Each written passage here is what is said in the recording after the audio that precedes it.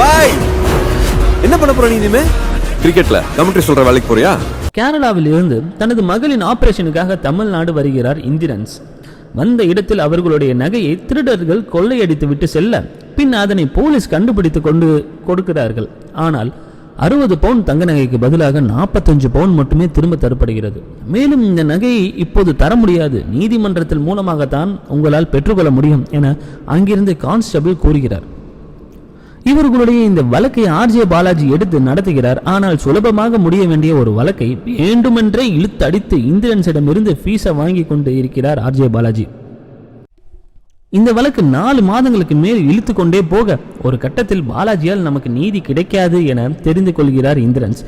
இதன் பின் இந்திரன்ஸ் அடுத்தது இனி இந்த வழக்கை நீ எப்படி நடத்துற என்று பார்க்கிறேன் என சவால் விடுகிறார் ஆர்ஜே பாலாஜி.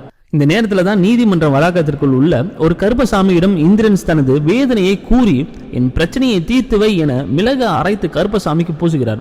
பக்தரின் வேண்டுதலை ஏற்று வேட்டை கருப்பாக என்ட்ரி கொடுக்கிறார் சூர்யா. வந்தவுடன் ஆர்ஜே பாலாஜிக்கு தண்டனை தருகிறார். அப்போது பாலாஜி சாதுரியமாக பேசி என்னை கொல்வது எப்படி சரியாகும், நீங்கள் வேண்டுமென்றால் எங்களுடைய நீதிமன்றத்தை மாற்றி காட்டுங்கள் என சவால் விடுகிறார் ஆர்ஜே பாலாஜி. சவாலை ஏற்று நீதிமன்றத்தை சீரமைக்க மனிதனாக வருகிறார் கருப்பசாமி. இந்த சவாலில் கருப்பசாமி வெற்றி பெற்றாரா இல்லையா, கருப்பு கோட்டு போட்ட ஆசாமி வெற்றி பெற்றார்களா இல்லையா, நீதி கேட்டு வந்தவர்களுக்கு நீதி கிடைத்ததா இல்லையா, தவறு செய்தவர்களுக்கு நீதி விற்கப்பட்டதா அப்படிங்கிறது தான் இந்த படத்தோடைய மீத கதை.